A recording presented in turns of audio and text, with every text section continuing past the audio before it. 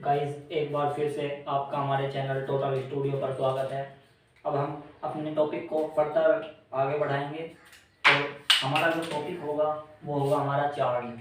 हम चार्ज के बारे में डिस्कस कर रहे थे। हमारा टॉपिक था चार्ज।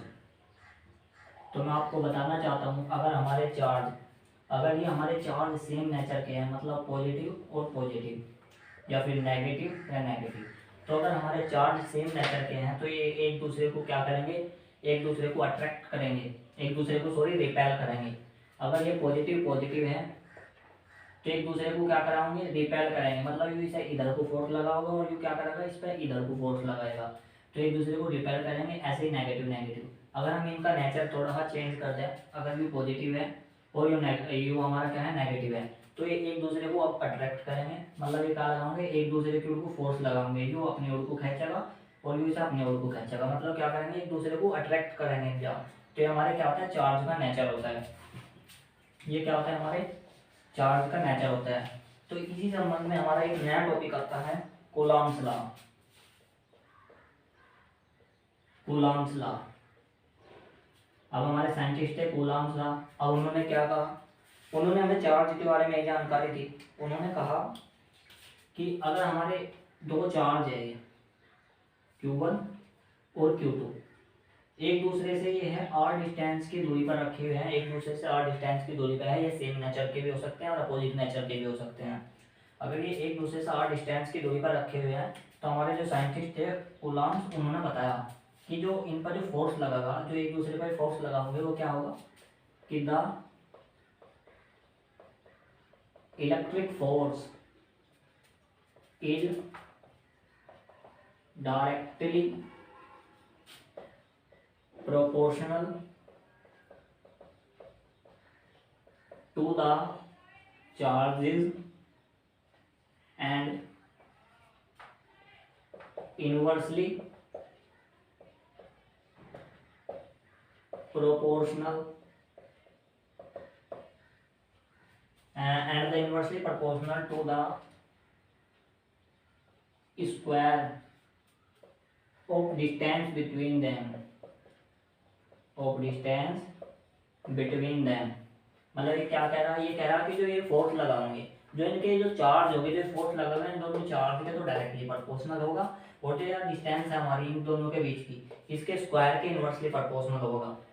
जैसे कि हमारा जो फोर्स होगा वो क्या होगा, वो दोनों चार्ज के तो डायरेक्टली प्रोपोर्शनल होगा, और जो इनके बीच की जो डिस्टेंस है इसके क्या होगा, इनवर्सली, इसके स्क्वायर के इनवर्सली प्रोपोर्शनल होगा। अगर मैं इस डायरेक्टली प्रोपोर्शनल का अगर मैं साइन हटाऊं तो हमारे प्रोपोर्शनलिटी कांस्टेंट आ जाता है कि Q1 Q2 upon K R का स्क्वायर। इस के को हम क्या कहते हैं, इस के को हम कहते हैं प्रोपोर्शनलिटी कांस्टेंट।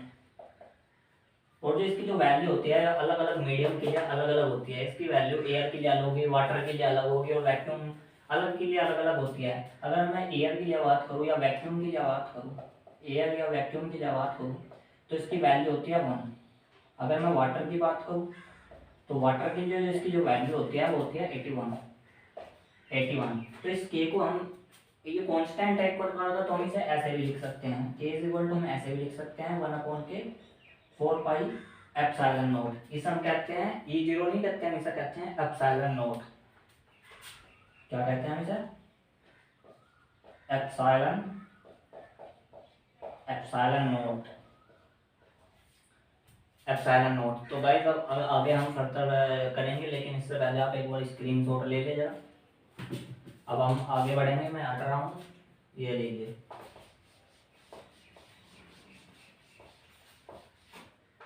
तो हम यहाँ तक आ चुके थे कि हमारा क्या आ चुका था, 1 upon K 4 pi epsilon not, के की वैल्यू आ चुकी थी अब 1 upon K 4 pi epsilon not. तो देखो जो हमारा जो एप्सिलॉन नॉट है, इस एप्सिलॉन नॉट की जो वैल्यू होती है वो होती है 8.85 मल्टीप्लाई 10 की पावर माइनस के 12 कूलम्ब स्क्वायर पर न्यूटन मीटर स्क्वायर इसकी यूनिट होती है।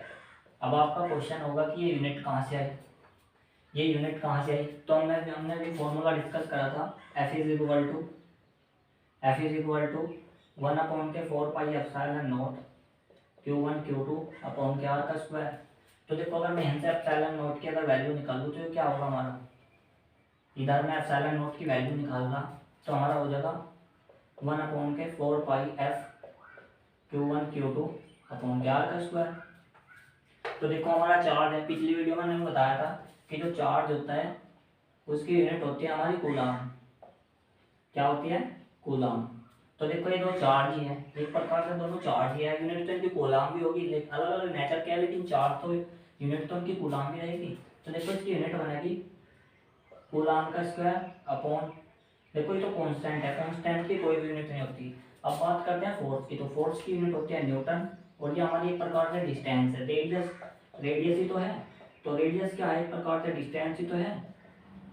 तो डिस्टेंस को हम कहीं में मेजर करते हैं, मीटर में मेजर करते हैं। तो देखो मीटर का स्क्वायर, तो देखो एप्सिलॉन नॉट की जो वैल्यू आई वो कितनी आई, वही कूलम्ब स्क्वायर पर न्यूटन मीटर स्क्वायर। ये हमारी क्या है, एप्सिलॉन नॉट की वैल्यू आई है हमारी, आपने नोट कर लिया होगा। हमारे जो एप्सिलॉन नॉट की जो वैल्यू आई वो कितनी आई, 8.85 आपको लर्न करनी है, 10⁻⁻12 कूलम्ब स्क्वायर पर न्यूटन मीटर स्क्वायर। अब हमने जो यह वैल्यू लिखी थी 1/4 पाई एप्सिलॉन नॉट, अब इसकी भी कुछ वैल्यू होती है। इसकी वैल्यू क्या होती है, इसकी वैल्यू होती है 9.0 मल्टीप्लाई 10⁻9, और इसकी जो ठीक है जो डायमेंशन होती है बस जस्ट इसकी उल्टी होती है, ये न्यूटन मीटर स्क्वायर अपॉन के कूलम्ब स्क्वायर, या क्या होती है इसकी वैल्यू होती है, आपको पता होना चाहिए इसकी वैल्यू क्या होती है, न्यूटन मीटर स्क्वायर पर कूलम्ब स्क्वायर इसकी वैल्यू होती है। ठीक है बच्चों, अब आपको इतना जो है टॉपिक समझ में आ चुका होगा। अब आप हम जो एप्सिलॉन नॉट है इसकी अगर हम एमकेएस सिस्टम में अगर हम इसकी यूनिट देखें तो इसकी जो यूनिट होती है वो हम निकालनी पड़ेगी हमें। तो देखो हम यहाँ से ही निकाल लेंगे, फॉर्मूले के बाई फॉर्मूला ही निकाल लेंगे। हमारा फॉर्मूला क्या आया था, epsilon naught is equal to 1/4 pi f, और ठीक है, और हमारा Q1 Q2 upon K R का स्क्वायर। तो देखो अगर मैं इसकी डायमेंशन की बात करूँ, सबसे पहले मैं इसकी डायमेंशन बता रहा, अगर मैं इसकी डायमेंशन की बात करूँ तो देखो हमारा एक फॉर्मूला पढ़ा होगा आपने, Q is equal to I T, current की फॉर्म में होता है, आई होता है हमारा करंट और टी होता है हमारा टाइम। टी क्या होता है, हमारा टाइम होता है। तो देखो एम्पियर को हम क्या लिखते हैं, ठीक है, एम्पियर जो हमारा क्या है, एम्पियर इसकी यूनिट डायमेंशन यूनिट होती है करंट की, तो हम उसे ए से रिप्रेजेंट करते हैं ऐसे क्लोज ब्रैकेट में, और टाइम की टी होता है। तो देखो हमारा ए टी इसकी होगी और ए टी इसकी होगी, तो कितना होगा हमारा ए का स्क्वायर टी का स्क्वायर अपॉन की फोर्स की होती है हमारी जो डायमेंशन होती है वो होती है ml/t-2, ठीक है। और जो रेडियस होगी, रेडियस की कितनी होगी, रेडियस को तो हम मीटर में नापेंगे नहीं नापेंगे, लेंथ है तो एक प्रकार का एल होगा, एल का स्क्वायर। तो देखो अगर मैं इसे ऊपर ले जाऊँ तो कितना होगा हमारा, एम तो देखो एक ही है तो एम इनवर्स। अब देखो एल का स्क्वायर यहाँ है, एल ए क्यूब है तो एल की क्यूब माइनस के एल की क्यूब, टी का स्क्वायर यहाँ है और टी का स्क्वायर यहाँ है। अब ए स्क्वायर ये ऊपर बचा हुआ है, अब देखो टी माइनस के 2 ऊपर जाकर प्लस का हो जाएगा तो टी की पावर 4 आ जाएगी, तो कितनी आई m-1 l-3 ए स्क्वायर टी की पावर 4, इसकी क्या है डायमेंशन आ गई, इसकी डायमेंशन आ गई। अगर मैं एमकेएस सिस्टम में अब इसकी देखो अगर मैं यूनिट की बात करूँ तो इसकी यूनिट होगी यू क्या है मास यानी कि किलोग्राम इनवर्स, मीटर की माइनस के 3, और ठीक है, और किलोग्राम इनवर्स मीटर की माइनस के 3, और ए स्क्वायर यानी कि एम्पियर का स्क्वायर, और सेकंड की 4, ठीक है। यह क्या होती है, इसकी डायमेंशन होती है। एक नंबर में बहुत ठीक है मोस्टली इंपॉर्टेंट क्वेश्चन है कि हमारी एप्सिलॉन नॉट की एमकेएस सिस्टम में यूनिट बताओ, तो एप्सिलॉन नॉट की एमकेएस सिस्टम में जो है हमारी यह यूनिट होती है। तो यहाँ तक ही हमारा क्या है, ये कूलम्ब का नियम है, ये क्या है हमारा कूलम्ब का नियम, मैं पूरा एक्सप्लेन कर चुका हूँ। अब मैं इसकी डायमेंशन भी आपको समझा दिया, अब मैंने आपको डायमेंशन भी समझा दिया। अब गाइस जो हमारा अगला टॉपिक होगा वो होगा coulomb law in vector form, coulomb law in vector form. Guys इस टॉपिक को हम कल डिस्कस करेंगे क्योंकि हमारी जो वीडियो है वो काफ़ी लंबी हो चुकी है, जिससे कि आपको भी अच्छा नहीं लगेगा, तो इसके बारे में हम कल डिस्कस करेंगे। अगला टॉपिक हम कल लाएंगे। धन्यवाद। share and subscribe channel.